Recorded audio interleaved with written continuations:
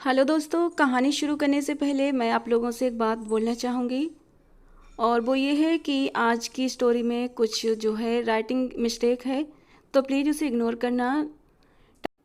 Time की कमी की वजह से मैं प्रूफ रीडिंग नहीं कर पाई थी, तो इस वजह से कुछ मिस्टेक रह गई हैं। तो चलिए कहानी को शुरू करते हैं। वो जल्दी से भागते हुए कॉलेज के कॉरिडोर में निकलते हुए क्लास तक पहुंची थी कि सर आरब को क्लास में खड़ा देखकर उसने जल्दी से अपने कदम वहीं रोक लिए, जबकि सर आरब ने एक निगाह उठाकर क्लास के बाहर देखा था। बाहर खड़ी परी को देखकर सर आरब ने उसे गुस्से से घूरा। मिस परी, आप लेट हैं। क्या मैं आपको लेट आने की वजह जान सकता हूँ?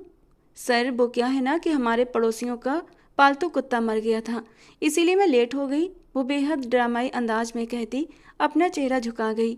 चेहरे पर दर्द लाने की भरपूर कोशिश की थी, जैसे कुत्ते के जाने का दुख सबसे ज़्यादा परी को हो। जबकि पूरी क्लास में दबी दबी सी हंसी गूंजने लगी थी। आरब शर्मा ने गुस्से से मुट्ठी भींचते हुए उस छोटी सी मगर घमंडी लड़की को घूरा, जो यकीनन किसी बिगड़ी बाप की औलाद थी। लेकिन सामने वाली लड़की ये नहीं जानती थी कि सामने खड़ा प्रोफेसर आरब शर्मा कोई मामूली टीचर नहीं था, बल्कि द माफिया किंग था, जो किसी खास मकसद के लिए प्रोफेसर बनकर कॉलेज में आया था। सिट, आरब कहते हुए पलटा, मगर अगले पल गुस्से से जबड़े तन गए थे जब उस शरारती लड़की ने उसके आगे अपनी मुट्ठी खोल दी। आरब ने एक निगाह उसकी खुली मुट्ठी को देखा, जहां पर मिश्री के कुछ दाने और कुछ सूखे मेवे पड़े थे। ये क्या है? उसने भवे उचकाकर पूछा। सर, कुत्ते की आत्मा की शांति के लिए अंकल जी ने घर में पूजा करवाई थी, उसी का प्रसाद है। ये सुनते ही मिस्टर आरब शर्मा का खून गुस्से के मारे खौल उठा था। वो एकदम से चीख पड़ा, क्लास से बाहर निकलिए अभी और इसी वक्त। मिस परी, आरब ने गुस्से से उसे देखते हुए इतनी जोर से कहा कि एक पल के लिए पूरी क्लास भी सहम गई थी, जबकि परी ने डरकर अपनी मुट्ठी वापस बंद करके पीछे की थी। सॉरी सर, आगे से कोई गलती नहीं होगी, लेकिन बाहर मत निकालिए। उसने घूंट बाहर निकालते हुए इतनी मासूमियत से कहा कि आरब गुस्से के घूंट अंदर ही अंदर पीकर रह गया था। जाओ बैठो सीट पर जाकर, उसने गुस्से से कहा, तो वो चेहरा लटकाए अपनी सीट पर जाकर बैठ गई। गुस्से से उसे एक बार फिर घूरा था और फिर दोबारा से व्हाइट बोर्ड पर फोकस करने लगा। क्लास लेकर वो अपने ऑफिस में आया कि उसके फ़ोन की घंटी बजी। सर, कॉलेज का चेयरपर्सन कल आ रहा है। फ़ोन की दूसरी तरफ से आवाज़ गूंजी। अच्छा, जितनी जल्दी ये काम हो जाए उतना अच्छा रहेगा, आरब ने बेहद संजीदा अंदाज में कहा था। परी अपने आलीशान बंगले में बैठी हुई थी। रानी, रानी, परी ने अपनी नौकरानी को आवाज़ लगाई। जी मैडम। घर में कोई देख नहीं रहा, सब लोग कहाँ गए? जी, वो साहब तो ऑफिस गए हैं और मैडम पार्टी में, कहकर गई हैं कि रात तक आ जाएंगी। ये कौन सी नई बात है? परी मुंह बनाकर अपने कमरे की तरफ बढ़ गई। परी अपने माँ बाप की इकलौती औलाद, जिसके पास किसी चीज़ की कमी नहीं थी सिवाय मोहब्बत और ध्यान के। उसके माँ बाप ने उसे हर चीज़ दे रखी थी सिवाय अपना ध्यान और मोहब्बत के, जो कि वो अपने माँ बाप से चाहती थी, बल्कि हर बच्चा अपने माँ बाप से चाहता है। बहन भाई न होने की वजह से हमेशा अपने आप को वो अकेला महसूस करती थी। वो अपने अंदर की तन्हाई को बेकार की शरारतें करके और दूसरों को तंग करके कम करने की कोशिश करती थी, लेकिन इसमें भी उसे सामने वाले से बुरी तरह डांट खाने को मिलती थी। लेकिन वो भी इस कदर ढीठ और बेशर्म हो चुकी थी कि उसे किसी की डांट से कोई फर्क नहीं पड़ता था। वो अपनी शरारतों से यूं ही लोगों की नाक में दम किए रखती थी। मैडम जी, खाना खाएंगी? रानी ने कमरे में आकर पूछा। नहीं, मुझे कुछ नहीं खाना, आप जाएं यहाँ से। परी का मूड बुरी तरह खराब हो चुका था, इसलिए उसने सारा गुस्सा सामने खड़ी रानी पर निकाल दिया। रानी खामोशी से कमरे से बाहर चली गई, जबकि वो औंधे मुंह बेड पर गिर गई। न चाहते हुए भी उसकी आंखें गीली हो गई थीं।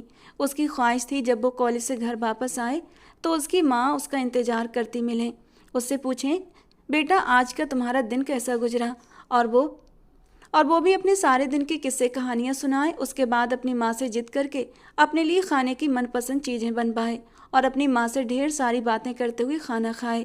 लेकिन ये पल उसे आज तक नसीब नहीं हुए थे। स्कूल से वो कॉलेज में पहुंच गई थी, लेकिन आज तक वो अपनों के प्यार और ध्यान के लिए तरसी हुई लड़की थी। अरे आइए बैठिए मिस्टर आरब, कैसे चल रही हैं क्लासेज? चेयरपर्सन ने खुशगवार अंदाज में पूछा। बहुत अच्छी जा रही हैं। मुझे तो आपका कब से इंतजार था सर। आखिर आपका वक्त आ गया है कि आप ऊपर जाकर अपने किए का हिसाब चुकता करो, आरब ने तंज कसते हुए कहा। आरब के हाव भाव और उसके हाथ में गन देखकर चेयरपर्सन के चेहरे की हवाइयाँ उड़ी थीं। ये तुम क्या कह रहे हो? मुझे जाने दो, मैंने कुछ नहीं किया। चेयरपर्सन एक पल के लिए हड़बड़ा गया। इंसान को अपने पाप कहाँ नजर आते हैं? हर कोई अपने आप को एक बहुत ही अच्छा इंसान समझता है। सामने वाले ने उसे समझने का कोई भी मौका दिए बगैर साइलेंसर लगी उसकी कनपट्टी पर रखकर एक पल में दबा दी। सर, मैं अंदर आ जाऊं? परी ने ऑफिस का दरवाजा खटखटाया। गेट आउट, वो गुस्से से दहाड़ा। अगर परी देख लेती कि अंदर चेयरपर्सन मर चुका है तो सब कुछ बर्बाद हो जाना था। परी डरकर वहां से चली गई। पागल लड़की हर जगह पहुंच जाती है जहां उसे नहीं पहुंचना चाहिए, आरब गुस्से से बड़बड़ाया था। जबकि अब वो अपना काम करके अपनी गन को जेब में लगाता हुआ कमरे से जा चुका था। वो जो करना चाहता था उसने कर लिया था।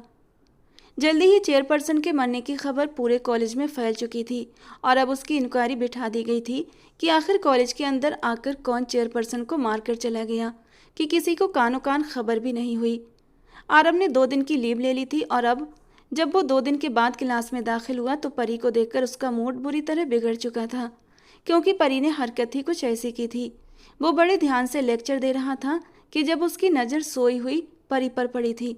इस लड़की का ध्यान पढ़ाई के अलावा हर बेकार की चीज़ में था। अभी तो उसे उस दिन वाली बात पर भी परी पर गुस्सा आ रहा था। अगर वो देख लेती तो सब कुछ खराब हो जाता।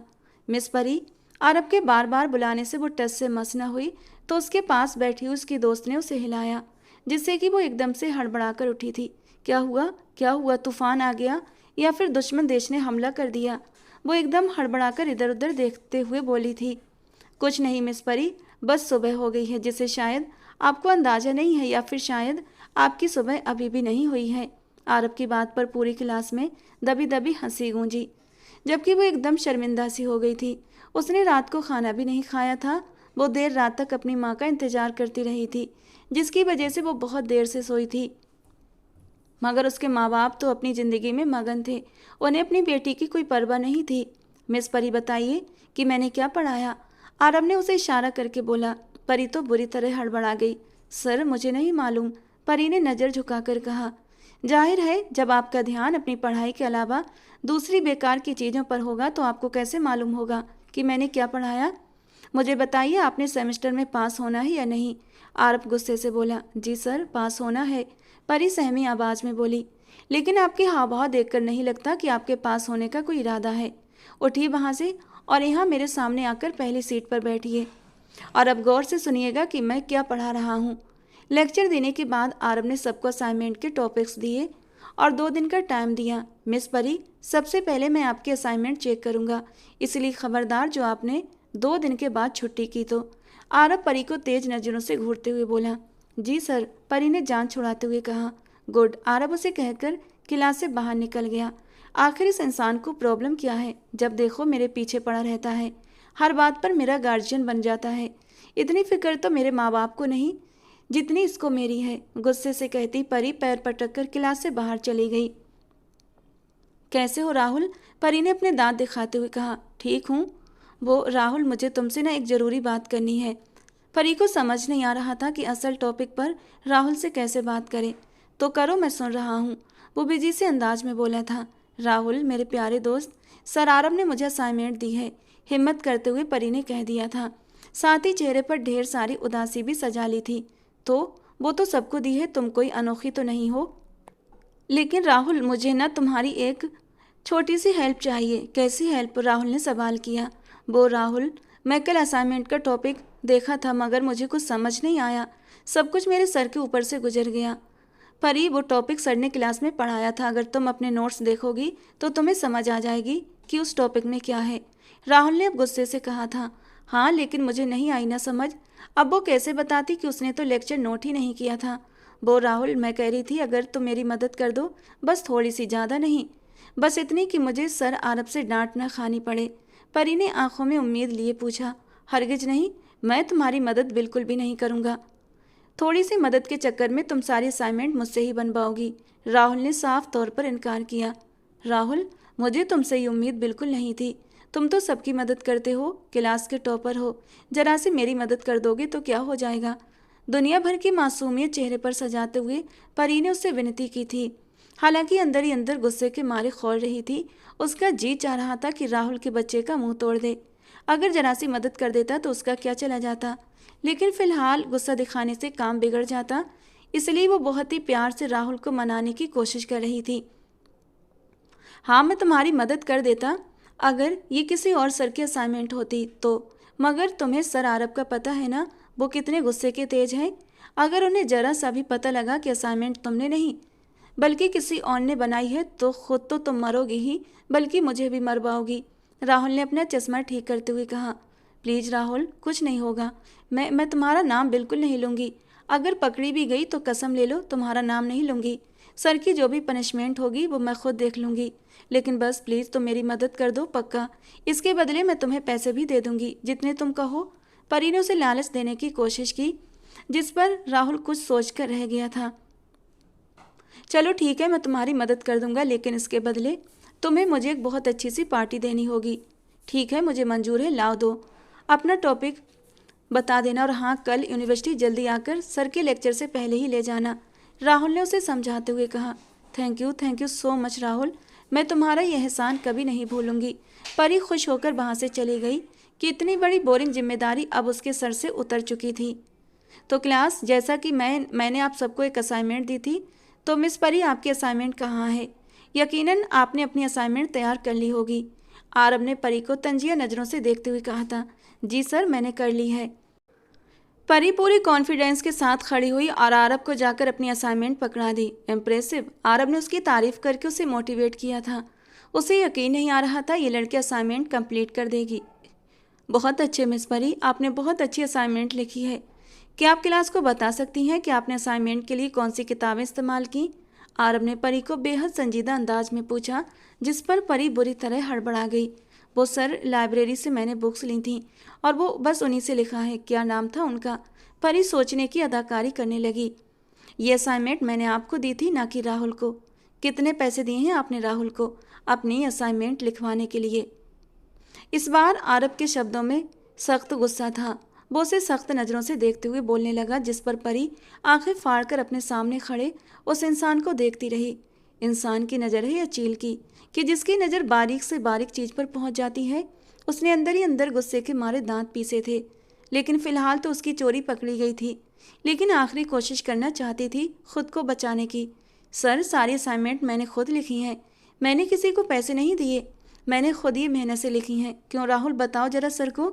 परी ने साफ झूठ बोलते हुए कहा, जिस पर राहुल भी उसकी अदाकारी पर हैरान था। जी सर, असाइनमेंट परी ने बनाई है, मैंने उसकी मदद नहीं की। राहुल ने परी को देखते हुए साफ झूठ बोला। आप लोगों ने मुझे पागल समझा हुआ है। आप लोगों को शर्म आनी चाहिए टीचर से झूठ बोलते हुए। अगले ही पल आरब ने फ़ोन पर एक रिकॉर्डिंग चलाई, जिस पर परी राहुल को पैसे देने की और असाइनमेंट लिखने की बात कर रही थी। अब तो परी ने बेबसी से आंखें मींच लीं। उसे अंदाजा नहीं था कि कोई उसकी वीडियो बना लेगा। यकीनन ये काम क्लास के ही किसी बंदे का था और उसे उस वक्त बहुत गुस्सा आया था। इस पर क्या कहना चाहेंगी आप? आपके कहने के अनुसार आपने तो असाइनमेंट अपनी मेहनत से लिखी है, तो ये आप राहुल को कौन से पैसे देने की बात कर रही थी? जबकि राहुल ने भी अब गुस्से से घूरकर परी को देखा था। खुद तो फंसी थी, उसे भी फंसा दिया था। सॉरी सर, परी ने नज़रें नीचे करते हुए कहा, क्योंकि अब तो खुला खुला सबूत आरब के हाथ लग चुका था और झूठ बोलने का कोई सवाल ही नहीं था। पूरी क्लास के सामने बेइज्जती पर उसका दिल चाहा कि अपना सर दीवार पर मार दे। मिस परी, आप बहुत ही गैर जिम्मेदार, चीटर और झूठी लड़की हैं। क्या पढ़ाई ये सब आपको सिखाती है? बेईमानी करना एक बहुत गलत बात है, और इसकी सज़ा ये है कि अब आप एक नए टॉपिक पर असाइनमेंट कल सुबह जमा करवाएंगी। आरब बाकी स्टूडेंट की असाइनमेंट क्लियर करता क्लास से बाहर जा चुका था, जबकि वो गुस्से से उसकी पीठ को घूर कर रह गई। उसका बस चलता तो कोई चीज़ उठाकर उसके सर पर मारकर उसे हमेशा हमेशा के लिए उसका किस्सा ही ख़त्म कर देती, लेकिन अफसोस वो ऐसा नहीं कर सकती थी। अब सर, अगले टारगेट का क्या करना है? सामने वाले ने आरब से सवाल किया। अभी नहीं, पुलिस अभी भी चेयरपर्सन वाले मामले पर छानबीन कर रही है। मामला थोड़ा ठंडा होने दो, उसके बाद उसकी तरफ भी आएंगे। आरब ने कहते हुए कॉल काट दी कि तभी दरवाज़ा नॉक हुआ। आ जाइए, आरब ने इजाज़त दी, और अपने सामने परी को खड़ा देखकर आरब का गला तक कड़वा हो गया था। क्या बात है मिस परी? आरब ने खुद को सामान्य रखने की कोशिश की। वो सर, मैं असाइनमेंट का टॉपिक पूछने आई थी। परी ने आंखें नीचे करते हुए शर्मिंदगी के साथ कहा। ग्रुप में मैंने टेक्स्ट कर दिया है, आप जा सकती हैं। और हाँ, इस बार अपनी मेहनत से करिएगा, ना कि किसी और को पैसे देकर, आरब ने तंज करते हुए कहा, जिस पर परी सर हिलाकर बाहर निकल गई। परी, तुम अब तक जाग रही हो? शालू जी ने घर में दाखिल होते हुए सामने बैठी परी से पूछा। जी, मेरे सर की मेहरबानी है कि उनकी वजह से मैं आज आपको देख पाई। बोलते हुए उसने अपना लैपटॉप उठाया और कमरे में चली गई। शालू जी भी कंधे उचकाती हुई अपने कमरे की तरफ बढ़ गईं। उन्हें परी के नाराज होने या खुश होने से कोई ज़्यादा फर्क नहीं पड़ता था। रात देर तक परी ने असाइनमेंट बनाई। अब उसका नींद से बुरा हाल था। सुबह तैयार होकर वो जल्दबाजी में कॉलेज पहुंची, क्योंकि वैसे ही लेट हो चुकी थी। रात को देर से सोने की वजह से उसकी आंख नहीं खुली थी। सर को असाइनमेंट देते ही वो हाफ डे पर घर आने का सोच रही थी। आरब अपने ऑफिस में कमरे में था कि परी नॉक करती हुई अंदर दाखिल हुई। सर, ही असाइनमेंट ले लें। आरब ने उसे असाइनमेंट ली और उसे देखने लगा। मिस परी, इसमें बहुत गलतियां हैं, मगर अपना काम खुद करके और मेहनत से करके कैसा लग रहा है आपको? आरब ने सवाल किया। जी सर, अच्छा लग रहा है, परी ने दांत पीसते हुए कहा। अच्छा, अब आप जा सकती हैं।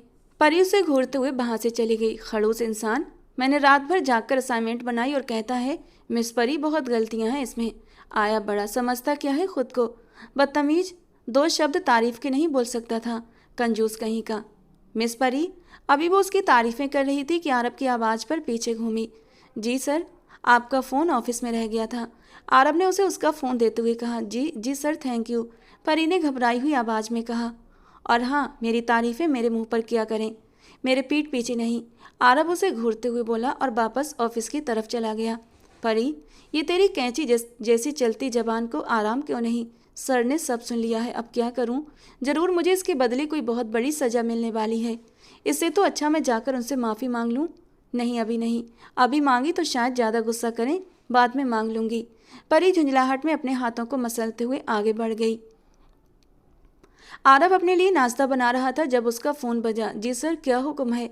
सामने वाले ने आरब से सवाल किया। हाँ, वो आज रूटीन के अनुसार क्लब जाएगा। हाँ, वहीं पर उसे घेर लेंगे। तुम्हें पता है ना कि तुम्हें क्या करना है? कुछ घंटों के बाद आरब और उसके बंदे जैसे ही क्लब में दाखिल हुए, हर तरफ गाने की आवाज़ें, शोर शराबा। लोग एक दूसरे की बाहों में बाहें डालकर नाच रहे थे और नशे में डूबे हुए थे कि आरब अपने साथियों को इशारा करने लगा और अचानक तभी लाइट चली गई। आरब ने फौरन अपने टारगेट को बेहोश किया और उसे कमरे की तरफ ले गया। ये क्या कर रहे हो? छोड़ो मुझे, परी चीखते हुए बोली। वो अपने दोस्त के साथ क्लब आई थी, मगर किसी ने उसके गिलास में नशे की दवा डाल दी थी और उसे एक आदमी ज़बरदस्ती कमरे में ले आया था। जैसे ही आरब ने दरवाज़ा खोला, कमरे में दाखिल हुआ, परी को किसी के साथ देखकर उसने गुस्से से अपनी आंखें बंद कीं। वो जहाँ जाता ये लड़की वहाँ पहुँच जाती थी। सर, आप? जबकि सामने आरब को खड़ा देखकर परी की जान में जान आई थी। उसने जल्दी से आरब को विनती करती नज़रों से देखा था। सर, सर प्लीज़ मेरी मदद करें। सर प्लीज़, ये लड़का मेरे साथ ज़बरदस्ती करने की कोशिश कर रहा है। जबकि आरब ने उसे गुस्से से घूरते हुए देखा था। उसकी ऐसी घूरती निगाहों को देखकर परी बुरी तरह सहम गई थी। इसका मतलब कि सर आरब उस पर यकीन नहीं कर रहे। ये सोचते हुए उसे रोना आया था। सर, मेरा यकीन करें, ये लड़का मेरे साथ ज़बरदस्ती करने की। आगे कुछ बोलती कि आरब गुस्से से चीखा। बकवास बंद करो, खबरदार मेरा नाम लिया। और उस आदमी को धक्के मारकर उसने कमरे से बाहर निकाला। अब खड़ी खड़ी मेरा मुंह क्या देख रही हो? तुम भी जाओ यहाँ से। नहीं सर, मैं अकेले नहीं जाऊंगी, वो मुझे दोबारा पकड़ लेगा। मैं आपके साथ ही जाऊंगी। उसकी आंखों में आंसू भर आए थे, जबकि आरब झंझलाहट में अपने बालों में उंगलियां फंसाने लगा। अजीब मुसीबत थी। अगर आज उसका शिकार निकल गया तो शायद वो उसे दोबारा कभी ना पा सकता, क्योंकि उसका दुश्मन अलर्ट हो जाता। वो इस बेवकूफ़ लड़की की खातिर अपने दुश्मन को जाने नहीं दे सकता था। ठीक है, मत जाओ, यहीं बैठो, लेकिन अपने कान, नाक, मुंह बंद करके बैठना। खबरदार जो बकवास की, चुप करके बैठो यहाँ पर। अगर तुम्हारी जरा सी भी आवाज़ आई तो खुद ले जाकर तुम्हें उस लड़के के हवाले कर दूंगा। जबकि परी डरती हुई चुपचाप सोफे पर बैठ गई। वो तो इसी बात पर भगवान का धन्यवाद कर रही थी कि आरब ने उसे बचा लिया था। अगले ही पल एक बेहोश आदमी को लिए कमरे में दाखिल हुआ था।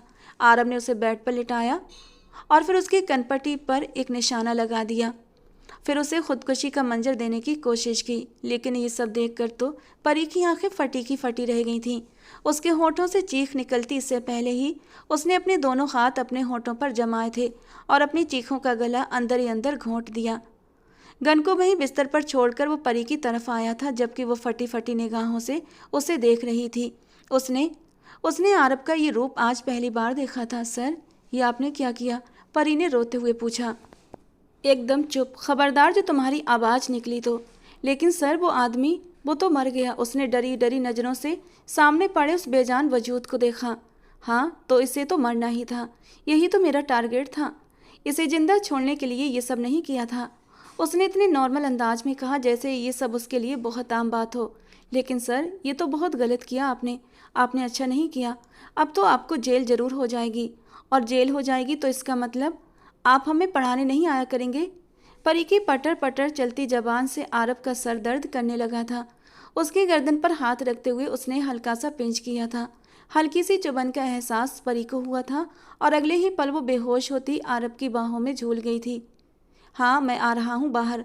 आरब परी को अपने बाजुओं में उठाए हुए बाहर की ओर बढ़ा था। सर, आप मुझे कहाँ लेकर जा रहे हैं? काफ़ी देर के बाद परी को होश आया था। उसने इधर उधर देखने की कोशिश की, लेकिन उसे समझ नहीं आ रहा था वो कहाँ पर है। और कुछ समझ न आने पर उसने आरब से पूछा था, लेकिन आरब ने उसका सवाल नज़रअंदाज कर दिया था। वो फ़ोन पर एक ज़रूरी कॉल कर रहा था। इंजेक्शन का असर उस पर अभी भी थोड़ा सा था, क्योंकि उसका दिमाग पूरी तरह काम नहीं कर रहा था। उसने गौर से अपने बराबर बैठे आरब को देखा था। क्लास में पढ़ाते आरब से वो बिल्कुल अलग नजर आ रहा था। बंदा है तो हैंडसम। परी ने अपने मन में ये बात सोची थी, और फिर अपने ख्याल को तुरंत अपनी जबान पर भी ले आई थी। सर, आप इतने प्यारे हैं। कोई लड़की नहीं मिली अभी तक आपको, जो आपने अभी तक शादी नहीं की? मेरी माँ ने तो जल्दी से शादी कर लें, नहीं तो आप 1-2 साल में बूढ़े हो जाएंगे। ये देखिए, आपके सफ़ेद बाल आना शुरू हो गए हैं। उसने आरब की कनपट्टी पर चमकते सफ़ेद बाल को उंगली से छूकर देखा था, जबकि उसकी इस हरकत पर आरब ने उसे गुस्से से घूर कर देखा। चुपचाप बैठी रहो, वरना ऐसा इंजेक्शन लगाऊंगा कि अब दोबारा होश में नहीं आओगी। लेकिन सर, इंजेक्शन लगाने की ज़रूरत ही नहीं है। मैं तो बिना इंजेक्शन के ही नशे में झूम रही हूँ। उसने अपना सर दोनों हाथों में थामते हुए खुद को होश में लाने की कोशिश की थी, लेकिन इंजेक्शन का असर अभी तक उसके दिमाग से हटा नहीं था कि अगले ही पल वो लहराते हुए आरब के गोद में अपना सर रख गई थी, जबकि उसकी इस हरकत पर आरब एकदम से हड़बड़ाया था। परी, क्या कर रही हो? होश में आओ। लेकिन वो तो बेहोश हो चुकी थी। डैमिट, पता नहीं कौन सी मुसीबत मेरे गले पड़ गई है। ड्राइवर, गाड़ी मेरे अपार्टमेंट की तरफ ले चलो, उसने ड्राइवर से कहा। थोड़ी ही देर बाद उसकी गाड़ी एक बड़े से अपार्टमेंट के सामने रुकी थी। आरब उसे बाहों में उठाए हुए अपने अपार्टमेंट में दाखिल हुआ। ड्राइवर से अपार्टमेंट के दरवाजे का लॉक खुलवाकर पैर की ठोकर से दरवाज़ा वापस बंद कर दा वो अपने कमरे की तरफ बढ़ा था। उसने एक नज़र बेहोश परी के चेहरे को देखा। ये लड़की कुछ खाती पीती भी है या सिर्फ दिन भर शरारतें करती रहती है? उसे अपनी मजबूत बाहों में परी का नाजुक सा वजूद किसी फूल की तरह लग रहा था। खुद से बोलते हुए उसने आगे बढ़कर उसे बेड पर लिटा दिया था, और फिर एक नज़र उसे देखकर कमरे से बाहर निकल गया। सर, पुलिस क्लब पहुंच चुकी है और प्रताप की बॉडी को पोस्टमार्टम के लिए भेज दिया है। चलो, अच्छी बात है। आगे की जो भी खबर हो मुझे देते रहना। आरब ने सुकून से कहते हुए फ़ोन काट दिया था। सुबह जब परी की आँख खुली तो उसका नशा उतर चुका था, और अपने आप को एक अनजान जगह पर पाकर वो घबरा कर उठी थी। ये मैं कहाँ हूँ? मुझे यहाँ कौन लेकर आया? ये कौन सी जगह है? परी खुद से ही सवाल करने लगी और घबराकर कमरे से बाहर निकली तो लॉन्च में कोई भी नहीं था। कोई है? कोई है यहाँ पर? सामने आओ, परी डरते हुए बोली, मगर जवाब न पाकर उसका दिल बुरी तरह से डर गया था, और अब वो मेन दरवाजे की तरफ भागी थी, मगर वो लॉक था। उसने ज़ोर ज़ोर से दरवाज़ा पीटना शुरू कर दिया। खोलो दरवाज़ा, खोलो, कोई है बाहर? कि तभी इतने में डोर खुला और आरब कुछ सामान के साथ अंदर दाखिल हुआ। आखिर उठ गई तुम? आरब ने उसे देखते हुए कहा। सर, आप यहाँ कैसे? परी ने आरब को देखकर सवाल किया। शायद उसका दिमाग अभी भी हल्का हल्का नशे में था कि उसे अपने बेहोश होने से पहले का कुछ भी याद नहीं आया। ये मेरा ही अपार्टमेंट है जहाँ आप खड़ी हैं। लेकिन मैं यहाँ कैसे आ गई? मैं तो रात को क्लब गई थी। परी ने दिमाग पर जोर डालते हुए सोचा, और एकदम से आरब को देखा कि उसके चेहरे का रंग बदला था, क्योंकि अब उसे धीरे धीरे सब कुछ याद आने लगा था। आपने तो वहाँ पर किसी की जान ली थी ना? आप मुझे भी मार देंगे, इसीलिए आपने मुझे बेहोश किया था ना? और आप मुझे यहाँ अपार्टमेंट में लेकर आए हैं। परी कहते हुए बुरी तरह डरी थी और 2 कदम पीछे लिए वापस अंदर की तरफ भागती कि तभी आरब ने उसके बाजू को जोर से पकड़कर अपने सामने खड़ा किया। खबरदार जो बेकार की कोई भी बात की। अगर तुमने ये बात किसी और के सामने कही तो वो तुम्हारी जिंदगी का आखिरी दिन होगा। आरब ने उसे वार्निंग देते हुए कहा। आप मुझे ऐसे डरा नहीं सकते। मैं सबको बता दूंगी। मैं पुलिस को भी बताऊंगी कि आपने कैसे एक पाप किया है। वो सब कुछ याद करते हुए परी सचमुच डर गई थी। अब उसे आरब पर गुस्सा भी आ रहा था। वो एक मुजरिम था और उसकी जगह सलाखों के पीछे थी। उसने सोच लिया था कि वो आरब को पुलिस के हवाले जरूर करवाएगी। उसकी बात सुनकर आरब को गुस्सा आया था। वो इसी लायक था। और वैसे तुम्हारी जानकारी के लिए बता दूं, ये मेरा पहला जुर्म नहीं था, आरब कहा लगाकर बोला। उसकी हंसी बेहद अजीब सी हो गई थी, जबकि परी के लिए आरब का ये रूप बहुत अलग, बहुत खतरनाक था। कॉलेज में जिस तरह का वो एक डिसेंट शांत मिजाज दिखता था, वो वैसा तो बिल्कुल भी नहीं था। ये इंसान जो उसके सामने खड़ा था, ये तो कोई और ही था, जिससे परी को बहुत ज़्यादा डर लग रहा था। अच्छा ठीक है, अब मुझे जाने दें, मैं किसी को नहीं बताऊंगी। परी अब सचमुच डर गई थी और अब उसे यहाँ से निकलने के लिए कोई रास्ता तलाश करना था। इसीलिए वो तुरंत उसकी विनती करने पर उतर आई, जिस पर आरब ने उसे तिरछी निगाहों से देखा था। अच्छा, जैसे तुम्हारी बात पर मैं यकीन कर लूँगा। इतना बेवकूफ़ लगता हूँ क्या मैं तुम्हें? यहीं रहोगी जब तक कि ये प्रताप वाला मामला ठंडा नहीं हो जाता, और मुझे इस बात का यकीन नहीं हो जाता कि तुम अपना मुंह नहीं खोलोगी।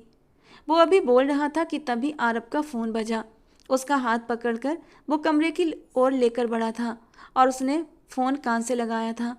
सामने वाले की बात ध्यान से सुनने लगा, जबकि वो पीछे किसी रोबोट की तरह खींचती चली जा रही थी। सुनो, क्लब की फ़ोटोज़ में से परी की फ़ोटोज़ भी डिलीट कर दो। सारे सबूत मिटा दो कि वो वहाँ पर गई थी। आरब ने कहते हुए फ़ोन काट दिया। आप मेरी फ़ोटो क्यों डिलीट करवा रहे हैं? बोलिए। इतनी बेवकूफ़ नहीं हो जितनी बनने की कोशिश करती हो। ये मामला उठाया जाएगा तो तुम्हारी तस्वीरें भी खूब उछाली जाएंगी, और तुम वहाँ जिस हालत में थी, जिस लड़के के साथ थी, तुम्हारी इज्जत दो कौड़ी की हो जानी है। तुम्हें मेरी इज्जत की परवाह करने की कोई ज़रूरत नहीं है, क्योंकि मेरे पेरेंट्स को अगर पता भी लग गया कि मैं क्लब गई थी तो उन्हें कोई फ़र्क नहीं पड़ेगा। और जब मेरे पेरेंट्स को ही कोई फ़र्क नहीं, तो दूसरे लोग मेरे बारे में क्या बात बनाते हैं, इस बात से मुझे कोई फ़र्क नहीं पड़ता। बोलते बोलते उसकी आंखों में नमी चमकने लगी थी, चेहरे पर उदासी उतर आई थी। परी, मुझे तुम्हारी कोई परवाह नहीं है। तुम्हारी फ़ोटो इसलिए भी डिलीट करवा रहा हूँ ताकि पुलिस तुम्हें इंक्वायरी में शामिल न करे, क्योंकि अब तुम यहाँ से बाहर तो निकल नहीं सकती। देखिए सर, मैं आपसे वादा कर रही हूँ ना कि मैं किसी को कुछ भी नहीं बताऊंगी। प्लीज़ मुझे जाने दें। परी ने उसे देखकर मासूमियत भरे अंदाज में कहा था। नाश्ता कर लो आकर, आरब ने उसकी बात को नज़रअंदाज करते हुए कहा। मैं कुछ भी नहीं कहूँगी, बस आप मुझे यहाँ से जाने दें। वो एकदम गुस्से से चीखते हुए बोली। नहीं खाना तुम मत खाओ, मगर ये सोच लो अगला खाना अब रात को ही मिलेगा। सारा दिन भूखे रहना है तो तुम्हारी मर्जी। आरब ने नाश्ता करना शुरू कर दिया, लेकिन फिर उसकी बात को सुनते हुए वो भी चुपचाप टेबल पर आकर बैठ गई। हालांकि मुंह बना हुआ था, क्योंकि भूख तो उसे भी बहुत लगी थी, लेकिन नाश्ते को देखकर उसका मुंह फिर से बन गया। ये कैसा नाश्ता है? रानी तो इससे ज़्यादा मज़े के पराठे बनाती है। ये इतने सख्त नान मैं नहीं खा सकती। परी ने नान के साथ चने की सब्जी को देखकर मुंह बनाया। मिस परी, आप इस वक्त मेरी कैद में हैं। किसी रेस्टोरेंट में नहीं आई जो आप इस तरह अपनी फरमाइशें कर रही हैं। खाना है तो खा लो, नहीं तो चुप करके कमरे में चली जाओ। और अपनी आरब ने उसको तेज नज़रों से घूरते हुए कहा, जिस पर परी चुपचाप खाना खाने लगी। मरती क्या ना करती, लेकिन गुस्से से एक नज़र आरब को घूरना नहीं भूली थी। चलिए, अब आपने खाना खा लिया तो अपने कमरे में जाइए। खाना खाने के बाद आरब ने बर्तन समेटते हुए कहा। मैं नाश्ते के बाद चाय भी पीती हूँ, परी ने मज़े से कहा, जिस पर आरब ने अपनी मुट्ठियाँ भींची। परी, क्या आप अपना फरमाइशी प्रोग्राम बंद कर सकती हैं? मेरे पास बहुत से काम है करने को, और अगर चाय पीनी है तो खुद बनाएं। मगर मुझे तो चाय बनानी नहीं आती, प्लीज़ बना दें, मेरा सर बहुत दर्द कर रहा है। परी ने मासूमियत से आरब को देखते हुए कहा। वैसे ये बात तो सही कही आपने, आपको देखकर लगता भी यही है कि आपको बातें बनाने के अलावा कुछ और नहीं आता, आरब ने जलकर कहा। परी मुंह बनाकर रह गई। आरब ने चाय बनाने के लिए सॉसपैन निकाला तो उसे देखकर परी आरब को पीछे से अपनी पसंद भी बताने लगी। सर, मुझे थोड़ी सी स्ट्रॉन्ग सी चाय पसंद है, बहुत ज़्यादा दूध मत डालना, थोड़ी कड़क रखना। बोलते हुए परी आरब के सब्र का इम्तिहान ले रही थी। चाय को कम से कम 5 मिनट तक पकाना। अब तो आरब की बर्दाश्त की सारी हदें ख़त्म हुई थीं। उसने फ़ौरन बाजू से पकड़कर परी को अपने सामने खड़ा किया था और गुस्से से दहाड़ा, मिस परी, चुपचाप जैसी चाय बने वैसी पी लेना। अगर आपने मुझे नखरे दिखाए तो मुझसे बुरा कोई नहीं होगा। जिस पर परी डरकर चुपचाप कोने में बैठ गई और उसे चाय बनाते हुए देखने लगी। परी ने चाय का पहला घूंट लिया तो अचानक उसकी जीभ फिसली। चाय थोड़ी सी फीकी, मगर फिर आरब की घूरती निगाहें देखकर एकदम अपनी जीभ दांतों तले दबाई थी। बहुत अच्छी बनाई है आपने चाय, बहुत अच्छी। मैंने तो कभी पहले ऐसी चाय नहीं पी। चाय पीकर परी अपने कमरे में चली गई और आरब अपनी स्टडी में आ गया। हाँ बताओ सतीश, क्या खबर है? आरब ने फ़ोन पर सतीश को कहा। सर, प्रताप के केस की इंक्वायरी जारी है, मगर पुलिस ने उसकी ऊंची पहुंच को देखते हुए क्लब की बजाय घर का नाम लिया है कि उसकी बॉडी घर पर मिली थी, सतीश ने बताया। इन 2 टके के लोगों को जिनको दूसरों की इज्जत की परवाह नहीं होती, खुद अपने नाम और इज्जत को बचाने के लिए न जाने क्या क्या करते हैं। खैर, तुमने परी की फ़ोटोज़ डिलीट करवा दी थी ना? जी सर, वो मैंने करवा दी थी। अच्छा, ऐसे लोगों का यही अंजाम होता है। ठीक है, मुझे न्यूज़ देते रहना, मैं तुमसे बाद में बात करता हूँ। आरब की नज़र परी के पैरों पर पड़े, जो स्टडी के दरवाजे से कान लगाकर उसकी बातें सुन रही थी, जिस पर आरब ने फ़ोन फ़ौरन काटा और स्टडी का दरवाज़ा खोल दिया। परी एकदम से इनबैलेंस होकर अंदर गिरती कि आरब ने उसे अपनी बाहों में संभाल लिया। वो सर, मैं यहाँ से गुजर रही थी तो बस अपना नाम सुनकर दरवाजे पर रुक गई थी। वो हड़बड़ाते हुए अपनी सफाई देने लगी। अच्छा, गुजर रही थी, लेकिन दरवाजे पर कान लगाकर उसने गुस्से से उसे झटके से अपने सामने खड़ा किया। वो सर, मैं ये कहने आई थी कि फाइनल एग्ज़ाम होने वाले हैं। अगर यूनिवर्सिटी ना गई तो मुझे पेपर्स में बैठने नहीं दिया जाएगा। प्लीज़ मुझे यहाँ से जाने दें, परी ने उसकी विनती करते हुए कहा। कि ऐसे तो अच्छा, वैसे तो तुमने जैसे टॉप करना है, सारा सेमेस्टर कुछ पढ़ा नहीं। अगर नहीं जाओगी कुछ दिन तो कुछ नहीं होता। लेकिन सर, आपने भी तो यूनिवर्सिटी जाना होगा ना, तो मैं आपके साथ ही चली जाऊंगी। आप मुझ पर नज़र भी रख लेना, मैं किसी को कुछ नहीं बताऊंगी। परी ने अपनी तरफ से सोचते हुए उसे बहुत अच्छा आइडिया दिया। लेकिन मैं यूनिवर्सिटी छोड़ चुका हूँ, आरब ने उसकी बात के जवाब में कहा। क्यों? कहीं आपने वहाँ पर भी तो किसी को नहीं टपका दिया? परी ने उसे शक भरी नज़रों से देखते हुए कहा। शट अप, तुम मुझसे कह रही हो कि तुम किसी को जाकर कुछ नहीं बताओगी, मगर यहाँ मेरे सामने तुम्हारे मुंह से ये बकवास बंद नहीं हो रही, और इसी वजह से मैं तुम्हें भेज नहीं रहा, क्योंकि मैं जानता हूँ तुम्हारी इस चलती जबान को जरूर खुजली होगी जो कहीं भी रुकती नहीं है। अब जाओ यहाँ से अपने कमरे में, और ख़बरदार जो मेरी जासूसी करने की कोशिश की और या मेरे मामले में टांग अड़ाने की कोशिश की, मुझ पर नज़र रखने की कोशिश भी मत करना, वरना तुम्हारा बुरा हाल करूँगा। आरब उसे गुस्से से घूरते हुए वहाँ से निकला, जिस पर परी डर गई और अपने कमरे की ओर भागी। वैसे आपने मेरे घर वालों को क्या कहा कि मैं कहाँ पर हूँ? परी अगले ही पल फिर से उसके सामने खड़ी थी। परी, मेरे सब्र का इम्तिहान मत लो और जाओ यहाँ से।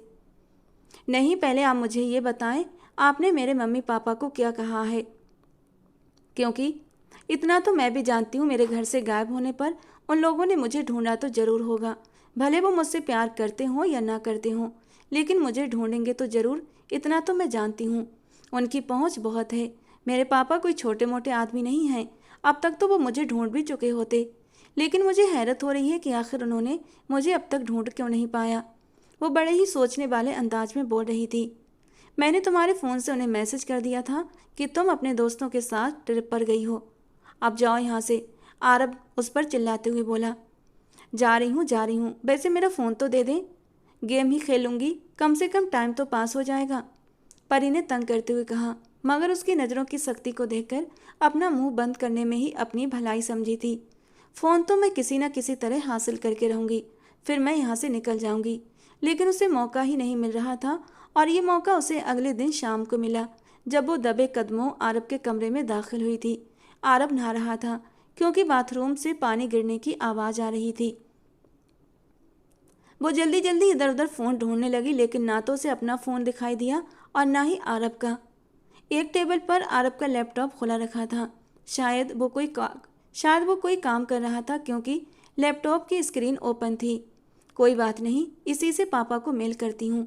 वो जल्दी से लैपटॉप के सामने बैठ गई, लेकिन उसकी बुरी किस्मत कि आरब जो ज़रूरी काम कर रहा था, सतीश का कॉल आने पर जल्दी से फ्रेश होने बाथरूम चला गया था, क्योंकि उसे तुरंत सतीश की भेजी हुई लोकेशन पर पहुंचना था। लेकिन परी उस लोकेशन को डिलीट कर चुकी थी। इसके साथ ही वो कुछ ज़रूरी फाइल भी डिलीट कर चुकी थी। जब उसे बाथरूम का दरवाज़ा खुलने की आवाज़ आई तो वो एक झटके से खड़ी हुई थी। तुम यहाँ क्या कर रही हो?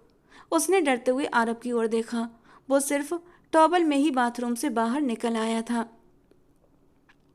उसकी पूरी बॉडी पर पानी की बूंदें चमक रही थीं। गीले बाल उसके माथे पर बिखरे हुए थे। आरब को इस रूप में देखकर परी शर्म से लाल हुई थी।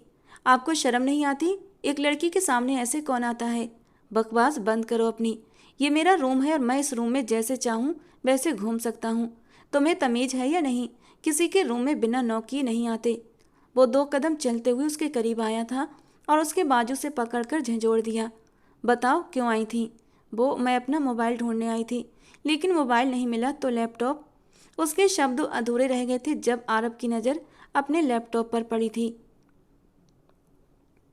जहां खुली स्क्रीन पर उसकी ज़रूरी फाइल जो उसने सेव नहीं की थी वो नहीं थी, और सतीश की भेजी हुई लोकेशन भी डिलीट हो चुकी थी। गुस्से के मारे आरब का खून खौल उठा था। बेवकूफ़ लड़की, जब तुम्हें लैपटॉप चलाना नहीं आता तो चलाती क्यों हो? तुम्हें पता है तुमने मेरा कितना बड़ा नुकसान कर दिया है? वो गुस्से से इतनी जोर से दहाड़ा कि परी सहम गई थी। तुम्हें इसकी सज़ा जरूर मिलेगी। मैं अब तक तुम पर नरमी बरत रहा था, लेकिन अब तुम देखो मैं तुम्हें कितनी भयानक सज़ा देता हूँ। उसने झटके से उसे बेड पर धकेलते हुए कहा था और फिर बेड पर पड़े अपने कपड़े उठाता ड्रेसिंग रूम में घुस गया था। कपड़े पहनकर बाहर आया। शर्ट के बटन लगाते हुए वो सतीश को कॉल कर रहा था। Satish, by mistake file delete हो गई है। क्या तुम ये क्या बेवकूफ़ी भरी बातें कर रहे हो? ऐसा कैसे कर सकते हो तुम? उसे लगा कि सतीश के मोबाइल में सारा डेटा मौजूद होगा। अच्छा चलो ठीक है, मैं ही कुछ करता हूँ।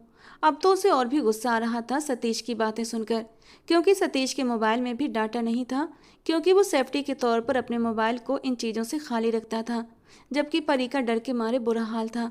उसने एक झटके से परी का बाजू पकड़ा और उसे बालकनी में धक्का दिया। तुम्हारी सज़ा ये है कि जब तक मैं घर न लौटूं तुम यहीं ठंड में जमती रहोगी। 1 घंटे तक ठंड में बैठोगी तो तुम्हारे होश ठिकाने आ जाएंगे। ये कहते हुए बालकनी का दरवाज़ा अंदर से लॉक कर गया था। बालकनी भी उसके घर के गार्डन की तरफ खुलती थी, जिससे कि परी किसी को हेल्प के लिए भी नहीं बुला सकती थी। जबकि परी रोते रोते उससे विनती कर रही थी, लेकिन आरब ने उसकी एक न सुनी और वो कमरा लॉक करने के बाद घर को भी लॉक करके बाहर चला गया था। वो अपने काम में ऐसा उलझा कि परी को भूल गया था। जब अपने खास आदमियों से मीटिंग करके होटल से बाहर निकला तो बाहर बरसती बारिश ने उसके होश उड़ाए थे। अगले ही पल उसे परी का ख्याल आया था। उसने तुरंत घड़ी में टाइम देखा। उसे घर से निकले पूरे 5 घंटे हो चुके थे। इसका मतलब वो पूरे 5 घंटे से बाहर ठंड में बैठी हुई थी और अब बारिश में भीग रही थी। आरब का दिल धक से हुआ था। उसने बहुत तेज ड्राइविंग की थी और घर पहुंचा। रास्ते भर वो भगवान से प्रार्थना करता रहा कि परी को कुछ ना हो। उसका दिल पहली बार परी के लिए इतना ज़्यादा बेचैन हुआ था। अगर उसे कुछ हो गया तो ये ख्याल उसकी जान लेने लगा था। जल्दी से बालकनी खोलता वो बालकनी में आया, जहाँ ठंड से वो एक दीवार से टिकी बैठी देखकर उसकी जान निकली थी। परी, वो जल्दी से उसके करीब आया और उसके गाल थपथपाने लगा, जो बर्फ़ की तरह ठंडे हो रहे थे। परी, आंखें खोलो। उसके नीले पड़ते होंठ, उसका बेजान वजूद, आरब का दिल धक से हुआ था। उसका जी चाहा वो अपना सर दीवार पर मार दे। वो इतनी बड़ी गलती कैसे कर सकता था? वो जल्दी से परी को अपनी बाजुओं में उठाए कमरे में दाखिल हुआ था। कमरा सब तरफ से बंद करते हुए उसने हीटर ऑन किया, उसे कंबल से ढकते हुए। तब भी परी को होश नहीं आ रहा था। अब क्या करूं? घड़ी में टाइम देखा, 1 बज रहा था। इस समय तो डॉक्टर भी नहीं मिलेंगे। उसने जरा सा कंबल हटाते हुए परी के गालों को छुआ था, जो अभी भी बर्फ की तरह ठंडे थे। अचानक उसका ध्यान परी के गीले कपड़ों पर गया था। मुझे इसके कपड़े बदलने पड़ेंगे, नहीं तो इसकी ठंड खत्म नहीं होगी। लेकिन कैसे? वो एकदम से हड़बड़ाया था, लेकिन ये करना जरूरी था। वो अपने कबर्ड से अपना लोअर और शर्ट लेकर आया और परी के ऊपर से कंबल हटाया था। उसका दुपट्टा हटाते हुए उसका दिल जोर से धड़क उठा था। वो कभी किसी लड़की के करीब नहीं गया था। ये पहला मौका था कि परी पहली बार उसके इतना करीब हुई थी। एक गहरा सांस लेते हुए उसने कमरे की लाइट ऑफ की और बड़ी सावधानी से उसके कपड़े चेंज करने लगा। जब उसके हाथों ने परी के नरम वजूद को छुआ तो एक स्पार्क उसके पूरे बदन में दौड़ गया था, लेकिन वो खुद पर बर्दाश्त के पहरे बिठाता उसके कपड़े बदलता रहा। ये दुनिया का सबसे मुश्किल काम था जो आज उसने जिंदगी में पहली बार किया था। कपड़े बदलने के बाद उसने गहरी सांस ली थी। परी को एक तरफ करता उसने गीली चादर भी बेड से हटाई थी और अब एक मोटा सा कंबल उसके ऊपर डाल दिया था। परी को अभी भी होश नहीं आया था और फिर वो सब कुछ भुलाए उसके कंबल में लेटकर उसे अपने सीने से लगा चुका था। धीरे धीरे उसके वजूद को गर्म करने लगा। ये लड़की उसे इतनी प्यारी हो गई थी, उसे एहसास नहीं था। वो उसके माथे को अपने होठों से छूता हुआ भगवान से उसके ठीक होने की दुआ करने लगा। और तभी परी के वजूद ने हल्की सी हरकत की थी। वो उसके चौड़े सीने में और भी सिमट रही थी क्योंकि आरब से उसे गर्मी महसूस हो रही थी। उसे हरकत करते देख आरब के होठों पर एक सुकून भरी मुस्कुराहट आई थी और वो उसे अपने सीने से भींचकर सुकून से लेट गया था। कब वो गहरी नींद में चला गया उसे खुद पता नहीं चला। सुबह उसकी आंख खुली तो परी अभी भी उसके सीने से लगी लेटी थी। उसका बिल्कुल भी दिल नहीं कर रहा था कि वो परी को खुद से दूर करे। उसे लगता था कि वो ऐसे ही लेटा रहे। परी की आंख खुली तो वो हड़बड़ाकर उससे दूर हुई थी। आप यहाँ क्या कर रहे हैं? क्या क्या क्या आपने रात को मेरे साथ? और जब उसकी नज़र अपने कपड़ों पर पड़ी तो उसे एक और जोर का झटका लगा था। रात का एक एक सीन उसे याद आ गया। आप गंदे पत्थर दिल इंसान मुझे ठंड में और बारिश में छोड़कर चले गए थे और रात को आपने मेरा फ़ायदा भी उठाया। मैं आपको नहीं छोड़ूंगी। उसने अपने लंबे नाखूनों से आरब के चौड़े सीने को खरोंच कर रख दिया था। आरब ने तुरंत उसके दोनों हाथों को जकड़ लिया। उसके दिए गए जख्मों से आरब को जलन महसूस हो रही थी, लेकिन ये जलन भी उसे मीठा मीठा सा सुकून दे रही थी। होश में आओ परी, अगर मैं तुम्हारे करीब ना आता, तुम्हारे वजूद को गर्म ना करता, तो शायद अब तक तुम भगवान जी के पास पहुंच चुकी होती। मतलब क्या किया था आपने रात को? कुछ ज़्यादा नहीं किया था। वो उसके हाथ छोड़ते हुए अब अपनी शर्ट पहनने लगा था। तुम्हारे कपड़े चेंज किए थे और तुम्हें अपनी बॉडी की थोड़ी सी गर्मी दी थी। बेफिक्र रहो, अपनी हद पार नहीं की थी। जबकि उसकी बातें सुनते परी का चेहरा शर्म से लाल हुआ था। आपने मेरे कपड़े बदले? मतलब आपने सब कुछ देख लिया? उसकी बड़ी बड़ी फैली आंखें देखकर आरब को हंसी आई थी। कुछ भी नहीं देखा, लाइट बंद कर ली थी मैंने। वो बड़े सुकून से कहता हुआ बाथरूम में चला गया था, जबकि वो अभी भी हैरान परेशान सी खड़ी थी। बाथरूम से निकलकर आया, फिर से परी के सवाल शुरू हुए थे। ठीक है, लाइट बंद की थी, लेकिन हाथों से तो महसूस किया होगा ना? उसकी बात सुनते ही आरब के दिमाग में रात वाले वो पल घूम गए थे। होठ का एक कोना दबाते हुए उसने गहरी सांस लेकर खुद को नॉर्मल रखने की कोशिश की थी। यार तुम इतने सवाल जवाब क्यों कर रही हो? वकील बनोगी क्या फ्यूचर में जाकर? फ्रेश होकर आओ, मैं नाश्ता बनाता हूँ। वो उससे नज़र चुराता हुआ कमरे से बाहर चला गया था, जबकि परी बाथरूम में जाकर बंद हुई थी। कपड़े उतारते हुए यही सोचकर शर्म से लाल हो रही थी कि आरब ने रात उसके कपड़े चेंज किए थे। उसने अपनी पूरी बॉडी पर एक निगाह डाली थी, शायद कुछ महसूस करने की कोशिश कर रही थी, लेकिन पता नहीं क्यों उसका दिल आरब पर यकीन कर चुका था कि रात को आरब ने उसके साथ कुछ भी गलत नहीं किया होगा। आरब का ख्याल आते ही उसके होंठों पर एक शर्मीली और एक हल्की सी मुस्कान आकर ठहर गई थी। कुछ दिनों के बाद जब मामला ठंडा हुआ तो आरब ने सतीश को कॉल किया था। क्या हालात हैं सतीश? जी सर, पुलिस ने बहुत कोशिश की मगर उन्हें कोई भी सबूत नहीं मिला और फिर प्रताप की मौत को खुदकुशी और डिप्रेशन का जिम्मेदार ठहराया गया है। पुलिस ने इसी नतीजे पर पहुंचकर इस केस को क्लोज कर दिया है। सतीश ने आरब को खबर देते हुए कहा। अच्छा, जैसा हम चाहते थे बिल्कुल वैसा ही हुआ है। आरब शर्मा उर्फ बादशाह का इतना डर बैठ चुका है लोगों के दिल में कि कोई भी किसी के साथ नाइंसाफ़ी करने से पहले 1000 बार सोचेगा, क्योंकि बादशाह कभी किसी को माफ़ नहीं करता। फिर परी के कमरे में दाखिल हुआ तो वो बाथरूम से बाहर निकली थी, शायद मुंह धोने के लिए गई थी। उसके चेहरे पर अभी भी पानी की बूंदें थीं जो उसके नए नक्श को और भी हसीन बना रही थीं। एक पल के लिए वो उसके हसीन चेहरे में खो गया था, फिर संभलते हुए उसने अपनी नज़रें फेर लीं। मैं तुम्हें तुम्हारे घर छोड़ने जा रहा हूँ, लेकिन अपने वादे पर कायम रहना, किसी के सामने अपनी जबान मत खोलना। सच्ची आप मुझे छोड़ने जा रहे हैं? ये सूरज कहाँ से निकल आया? परी ने खुश होते हुए कहा। जहाँ से भी निकला हो, मगर तुम एक बात समझ लो, वो केस बंद हो चुका है, लेकिन तुमने अपनी जबान को तकलीफ़ देने की कोशिश की तो तुम जानती हो तुम्हारी जान लेने में भी मुझे जरा भी तकलीफ़ नहीं होगी। बाहर आ जाओ, मैं गाड़ी में तुम्हारा इंतज़ार कर रहा हूँ। कहते हुए आरब बाहर निकल गया था। तुम्हारी जान लेने में जरा भी तकलीफ नहीं होगी, ये तो मुझे भी पता है। इतने लोगों को मार चुके हो, तुम्हें क्या फ़र्क पड़ेगा? तुम्हारे अंदर तो कोई एहसास ही नहीं है, परी ने चिढ़कर अपने दिल में सोचा था और फिर उसके पीछे पीछे चल दी। सर, अब तो पेपर भी गुजर चुके हैं, मैं क्या करूँगी? परी ने दुख से आरब को देखते हुए कहा। दोबारा सेमेस्टर रिपीट कर लेना, तुम्हारे लिए कौन सी नई बात है? आरब ने गाड़ी चलाते हुए फोकस करते हुए कहा। सर, अब मैं इतनी निकम्मी भी नहीं हूँ, बस आपका सब्जेक्ट थोड़ा मुश्किल था, वरना बाकी तो। आरब ने परी की बात को बीच में रोका। जानता हूँ बहुत अच्छे से, तभी तो सर पुनीत के पेपर में चीटिंग करते हुए पकड़ी गई थी। सर, आपको तो हर बात पता है। वैसे सर, एक बात बताइए, आप जिन लोगों को मारते हैं, क्या उनकी आत्मा आपको रात को डराती नहीं? मैंने तो सुना है जो लोग बेमौत मरते हैं उनकी आत्माएं भटकती रहती हैं। चुप करके बैठो, वरना ये सारी आत्माएं तुम्हारे कमरे में आज रात को ही भेज दूंगा। जबकि परी अब सचमुच डर गई थी और खिड़की से बाहर देखते हुए अपने आप को बहलाने की कोशिश करने लगी। जैसे ही गाड़ी परी के घर पहुंची, वो गाड़ी से उतरकर नीचे खड़ी हुई थी। ओके सर, मैं चलती हूँ, आपको अब तंग नहीं करूँगी, परी ने हंसते हुए कहा, जिस पर आरब भी हल्का सा मुस्कुरा दिया। जबकि परी एकदम हैरान रह गई थी कि आरब मुस्कुराया था। सर, मेरा फ़ोन तो वापस कर दें, परी ने आरब को देखते हुए कहा। आरब ने अपनी जेब से फ़ोन निकाला और परी की तरफ बढ़ाया।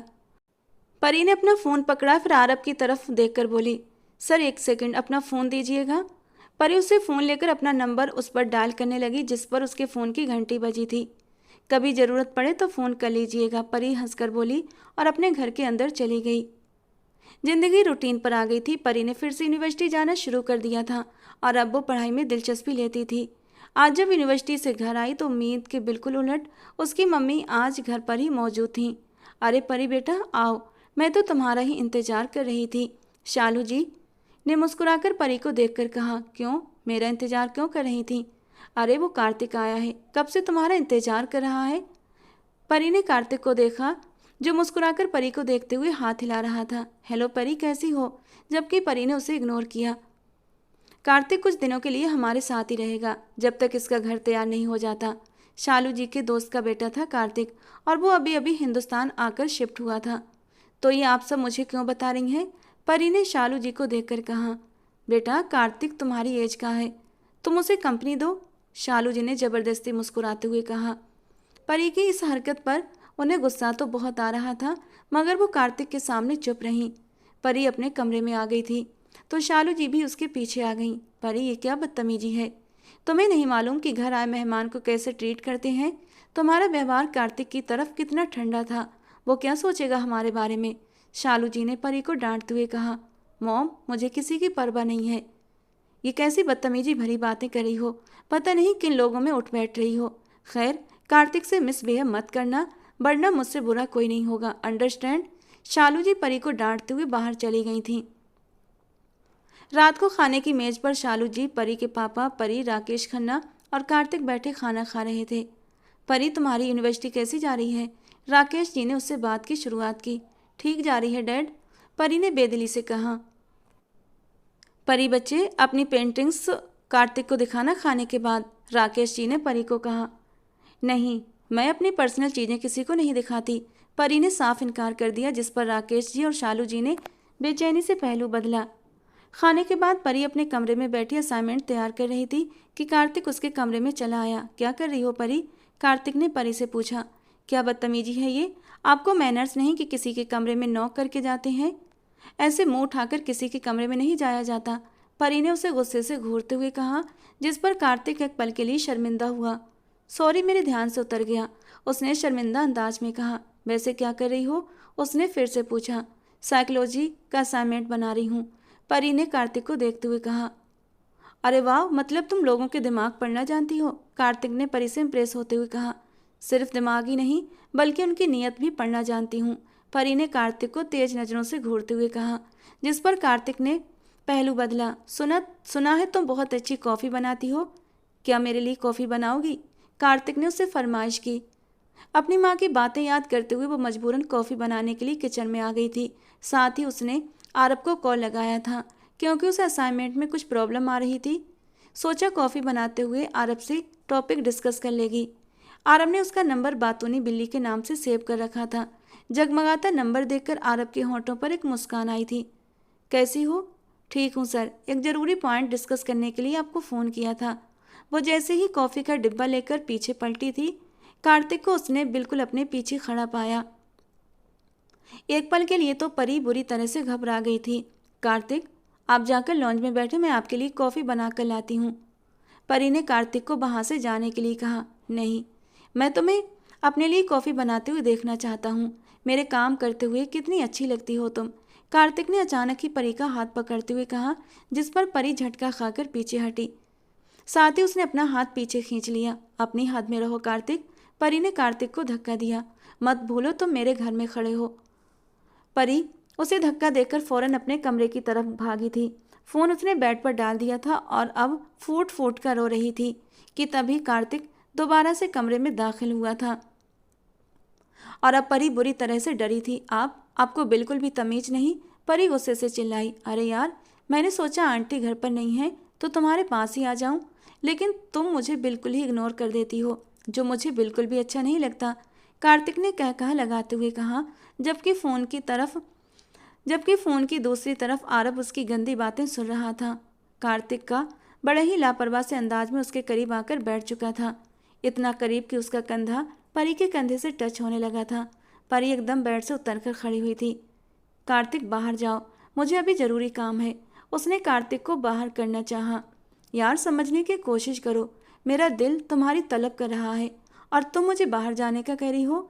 उसने खींचकर परी का हाथ थामा, जबकि परी के पूरे तन बदन में आग लगी थी। उसने एक जन्नाटेदार थप्पड़ कार्तिक के मुंह पर रखा था।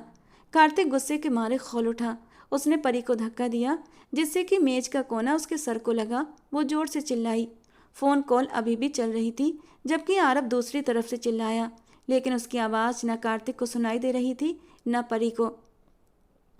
कार्तिक ने ज़बरदस्ती उसके बाजू को पकड़कर उसे बेड पर धक्का दिया। वो उससे खुद को बचाने की कोशिश कर रही थी, लेकिन घर पर कोई नहीं था। कार्तिक, क्या कर रहे हो? तुमने मुझे थप्पड़ मारकर अच्छा नहीं किया। आराम से मेरी बात मान जाती तो अच्छा होता। कब से तुम्हें मनाने की कोशिश कर रहा हूँ, कब से तुम्हारे आगे पीछे घूम रहा हूँ, मगर तुम्हारा एटीट्यूड ही ख़त्म नहीं होता। आज तो तुमने हद कर दी मुझ पर थप्पड़ उठाकर। कार्तिक उसकी तरफ बढ़ने लगा कि परी ने बेड की साइड टेबल पर रखा एक हैवी बांस उसके सर पर मार दिया और वहाँ से भागने लगी कि तभी कार्तिक ने उसका बाजू दोबारा से पकड़ लिया था। वो एकदम इनबैलेंस होकर ज़मीन पर मुंह के बल गिरी और गिरने की वजह से उसके होंठ का कोना भी फट गया था। इसी खींचातानी में परी की शर्ट भी। वो अपने आप को बचाने की कोशिश कर रही थी। कार्तिक उसे अपने बेहद करीब कर चुका था। वो अपने गंदे इरादे कामयाब करता इससे पहले ही कमरे में कोई दाखिल हुआ था और जोर से कार्तिक के सर पर वार किया, फिर उसे लात मारकर पीछे की तरफ धक्का दिया। ये आरब था। परी की फटी हुई शर्ट को देखते हुए आरब ने तुरंत अपना कोट उतारा और परी के कंधों पर डाल दिया और अब वो कार्तिक की तरफ बढ़ा था। जलील इंसान, तेरी इतनी हिम्मत कैसे हुई कि तू परी को छुए? वो लगातार कार्तिक पर मुक्के बरसा रहा था, यहाँ तक कि कार्तिक उसकी मार की ताव न लाते हुए बेहोश हो गया था। लेकिन आरब का गुस्सा कम नहीं हो रहा था। वो उसके बेहोश वजूद को ही मारे जा रहा था। परी एकदम से डर गई। वो जल्दी से आरब के पास आई थी, उसे कंधे से पकड़कर पीछे हटाया। प्लीज़ सर, रहने दीजिए, मर जाएगा। इससे मरना ही होगा, इसे मर जाना चाहिए। आरब लगातार उसे मारे जा रहा था। इसकी हिम्मत कैसे हुई तुमसे बदतमीजी करने की? मैं इसकी जान ले लूँगा। आरब ने अपनी पॉकेट से गन निकाली कि परी के होश उड़ गए थे। उसे पता था आरब ये काम कर सकता है। उसने तुरंत आरब का हाथ पकड़ लिया। नहीं, प्लीज़ इसे मत मारिए। आरब ने घूरकर परी को देखा, जिस पर वो बेबसी से रो पड़ी थी। मुझे यहाँ से लेकर चलिए, मुझे यहाँ नहीं रहना। मैं अपने ही घर में सेफ नहीं हूँ। ये दरिंदा, ये भेड़िया मेरे माँ बाप का लाया हुआ है। जब मेरे माँ बाप इसकी नज़रों में हबस नहीं पड़ सके तो मैं इस घर में सेफ कैसे रह सकती हूँ? वो आरब के कंधे से सर टिकाकर फूट फूट कर रो पड़ी कि आरब के दिल को कुछ हुआ था। वो कार्तिक को वहीं जख्मी छोड़कर परी का हाथ पकड़कर बाहर ले आया और फिर उसे अपनी गाड़ी में बिठाकर अपने अपार्टमेंट में चला गया। उसके जख्म की मरहम पट्टी करने के बाद उसने उसकी तरफ अपना एक लोअर और शर्ट बढ़ाई थी। फ्रेश हो जाओ, ये कपड़े इस हालत में नहीं हैं कि तुम इन्हें और पहन कर रखो, जबकि वो चुपचाप उसके हाथों से कपड़े लेकर वॉशरूम में चली गई थी, जबकि आरब बाहर आया था क्योंकि अब उसने एक अधूरा काम निपटाना था। उसने अपने खास आदमी सतीश को कॉल कर दिया और सतीश ने फौरन कार्रवाई शुरू करते हुए कार्तिक को पुलिस के हवाले कर दिया था। ये सारा काम निपटाकर वो कमरे में आया जहां परी बेड पर गोद में दोनों हाथ धरे बैठी थी, गहरी सोचों में गुम। वो चुपचाप उसके सामने जाकर बैठ गया। परी, तुम्हें ये सब कुछ अपने पेरेंट्स को बताना चाहिए था। क्या बताती, जब उन्हें अपनी सगी औलाद पर ही भरोसा नहीं। मैंने उन्हें बताने की कोशिश की थी, लेकिन उन्होंने मेरी बातों को इग्नोर कर दिया था। मेरी एक भी नहीं सुनी उन लोगों ने, बल्कि उस कार्तिक की बातों पर यकीन किया था। और उन लोगों को मेरी कोई परवाह नहीं है। उनके लिए सिर्फ और सिर्फ पैसा इम्पोर्टेंट है। उन्हें कोई फ़र्क नहीं पड़ता कि उनकी बेटी के साथ कोई कैसा सलूक करता है, बस उन्हें बदले में पैसा चाहिए। मैं अब उन लोगों के साथ कोई रिश्ता नहीं रखना चाहती। परी रो पड़ी थी। आरब ने थोड़ा सा आगे बढ़ते हुए परी का हाथ अपने हाथ में थामा था। कितना सुकून था इस छुअन में। परी ने एक पल के लिए आंखें बंद करके इस सुकून को महसूस किया था। कार्तिक ने भी उसका हाथ थामा था। ऐसा लगा था जैसे उसके हाथों में चींटियां सी रेंगने लगी हैं। लेकिन आरब ने उसका हाथ थामा तो उसके दिल के अंदर तक सुकून की लहर दौड़ गई थी। परी, क्या तुम मुझसे शादी करना चाहोगी? आरब मोहब्बत भरे अंदाज से पूछ रहा था। वो कितने ही पल उसकी आंखों में हैरत से देखती रही।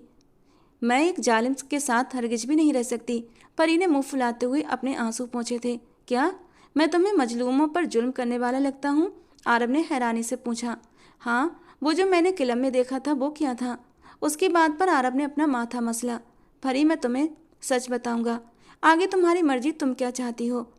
उसे उस चेयरपर्सन का जो कॉलेज में, क्या वो भी आपने किया था? परी बीच में चीखते हुए बोली। अरे सुनो तो सही, वो अपने कॉलेज की लड़कियों को मजबूर करता था, उनके साथ गलत काम करता था।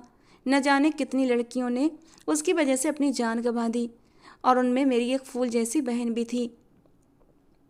मैंने अपनी बहन की मौत पर खुद से वादा किया था कि मैं अपनी बहन को इंसाफ दिलवाऊंगा।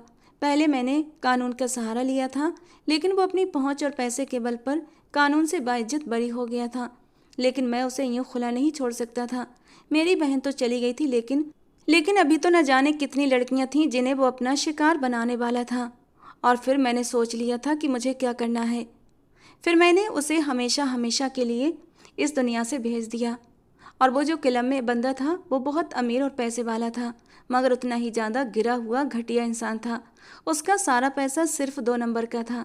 वो मासूम बच्चों को गंदी आदत लगाकर उन्हें बर्बाद कर रहा था। कॉलेज के नासमझ मासूम बच्चे जिन्हें अपना फ्यूचर सेट करना था, वो उसकी गंदी आदतों में पड़कर खुद को बर्बाद कर रहे थे। जिनमें मेरे एक दोस्त का भाई भी था। मेरी दोस्त की माँ मेरे पास आई थी, कितना रोई थी, कितना गिड़गिड़ाई थी, क्योंकि पुलिस ने उन लोगों की मदद करने से इनकार कर दिया था। ये पैसे वाले लोग जो होते हैं ना, इनका कोई कुछ बिगाड़ नहीं सकता।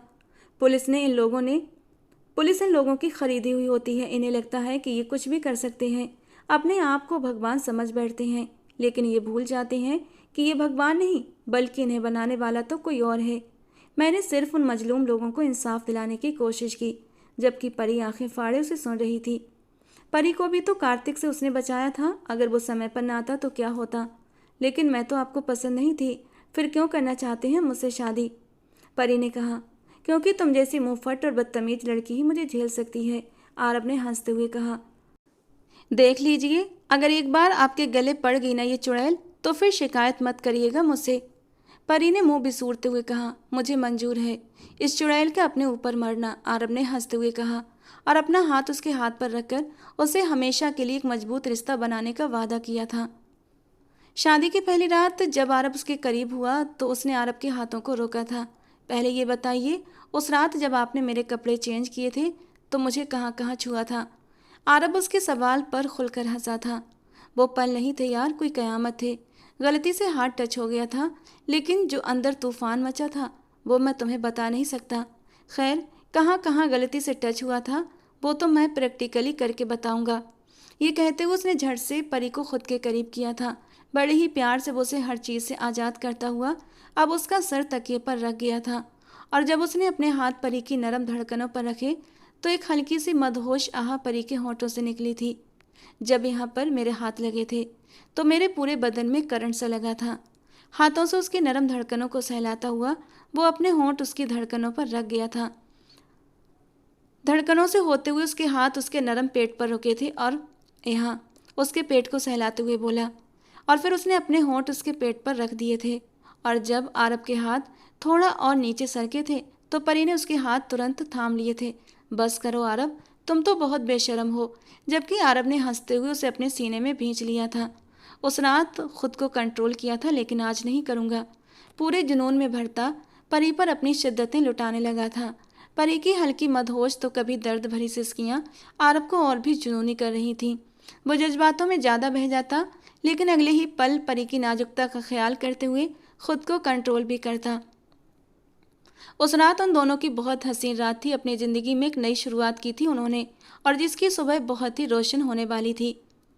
तो दोस्तों, आज की हमारी कहानी आपको कैसी लगी कमेंट बॉक्स में ज़रूर बताना। पसंद आई हो तो प्लीज़ लाइक करना। रोज़ एक नई और रोमांटिक कहानी के लिए हमारे चैनल के साथ बने रहें। मिलते हैं दोस्तों अगली किसी नई और रोमांटिक सी कहानी के साथ।